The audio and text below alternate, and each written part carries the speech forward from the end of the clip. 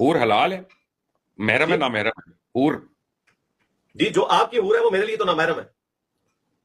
جنت کے اندر کی بات ہو رہی ہے. جی جنت کے اندر آپ کی حور آپ کی ہے، میری حور میری ہے انشاءاللہ. اور طارق جمیل صاحب کی جو اتنی زیادہ حوریں ہیں وہ ان کی ہیں. اچھا تو میں حور کا کیا قصور ہے کہ وہ آپ کے پاس آ گئی ہے؟ اتنا مجھے بتائیے کہ اس کی بھی چوائس ہوتی ہے کہ نہیں ہوتی؟ جی اللہ تعالیٰ نے اسے بنایا اس کے لیے نا، جو وہ جس طرح وہ نیشنل جغرافک پہ پروگرام لگتا تھا نا، بلٹ فار کل، تو وہ بلٹ کی گئی ہے، وہ اسی کے اوپر راضی ہے. اللہ نے اس کی انسٹنکٹ میں یہ ڈالا ہے کہ اس کی اٹریکشن مبشر لقمان صاحب کی طرف ہے. آپ اسے دنیا جان کی نعمتیں دے دیں وہ نہیں لے گی، وہ کہے گی مجھے مبشر بھائی چاہیے. بھائی میں لگا رہا ہوں، وہ تو بھائی نہیں کہے گی آپ کو. اچھا ٹھیک ہے، مہربانی آپ کی. وہ کہہ بھی دے تو کیا فرق پڑتا ہے، رہنا تو اس کی انسٹنکٹ تو وہی رہنی ہے نا. اب مجھے یہ بتائیے گا کہ ہم عورتوں کے لیے کیا ہوگا وہاں پہ؟ مردوں کے لیے تو حور آ گئی. ہاں جی اس کے اوپر تو بالکل قرآن و سنت خاموش ہے. اب تو یہ تو موقع ہے غلمان، جس پہ اجتہاد کیا جا سکتا ہے نا جی. اگر خاموش ہے تو غلمان کیا ہوتا ہے؟ وہ جو غلمان ہے نا، وہ تو قرآن حکیم میں اللہ تعالیٰ نے کھول کر بیان کیا کہ جس طرح یہاں ہوٹلز میں آپ کے لیے ویٹرز ہوتے ہیں اور بوائز ہوتے ہیں جو آپ کو انٹرٹین کرتے ہیں اس حوالے سے کہ وہ آپ کی خواہشات پوری کرنے کے لیے آپ کا من پسند کھانا آپ کو پیش کرتے ہیں. غلمان کا کنسیپٹ وہ آیا ہے قرآن پاک کے اندر. ان کا تعلق یعنی عورتوں کے ساتھ نہیں ہے، عورتوں کے لیے ان کے مرد ہیں. اور اگر یہ میں اب اجتہاد کرنے لگا ہوں، یہاں تک تو بات قرآن سنت میں رپورٹ ہوئی، اور اگر کوئی عورت چاہتی ہے کہ اسے بھی حور ملے تو ظاہر ہے پھر وہ اللہ تعالیٰ سے دعا کرے گی، اللہ تعالیٰ چاہے گا اس کی خواہش پوری کر دے گا، اس کا جینڈر تبدیل کر دے گا اور اسے حوریں بھی مل جائیں گی. تو بغیر جنڈر، اگر وہ جنڈر بھی نہ تبدیل کرانا چاہے تو پھر عورت کا قصور ہے؟ اس پہ ہم یہ بات کریں گے قرآن پاک میں کیٹاگوریکلی آیا ہے کہ جنت میں ہر وہ چیز ہے جس کی تم خواہش کرو.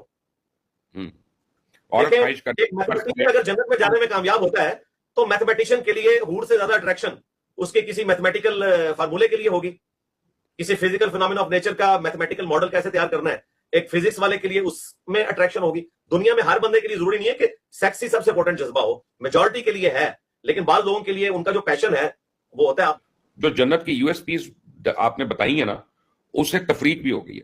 میں ٹھنڈی ہوائیں چلیں گی، دودھ کی نہریں ہوں گی، شہد ہوگا. تو ٹھنڈی ہوائیں سائبیریا والے کو بتائیں، وہ کہے گا میں تو نہیں جانا جنت میں بھائی، وہاں تو ٹھنڈی ہوائیں، وہ تو -30 ڈگری میں ہے.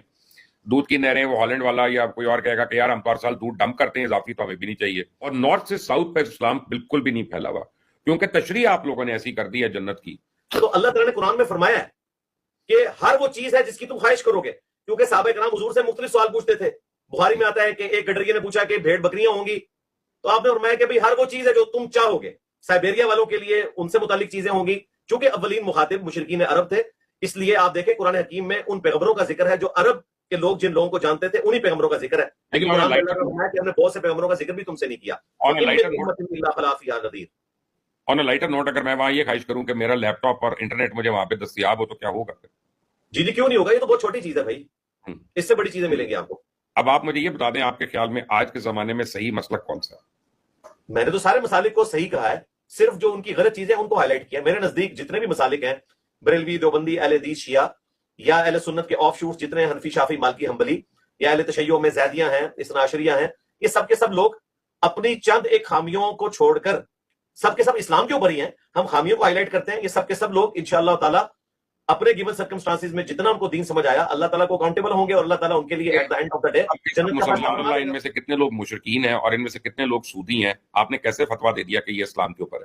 جی میں نے کہا at the end of the day, اپنا عذاب بھگتنے کے بعد.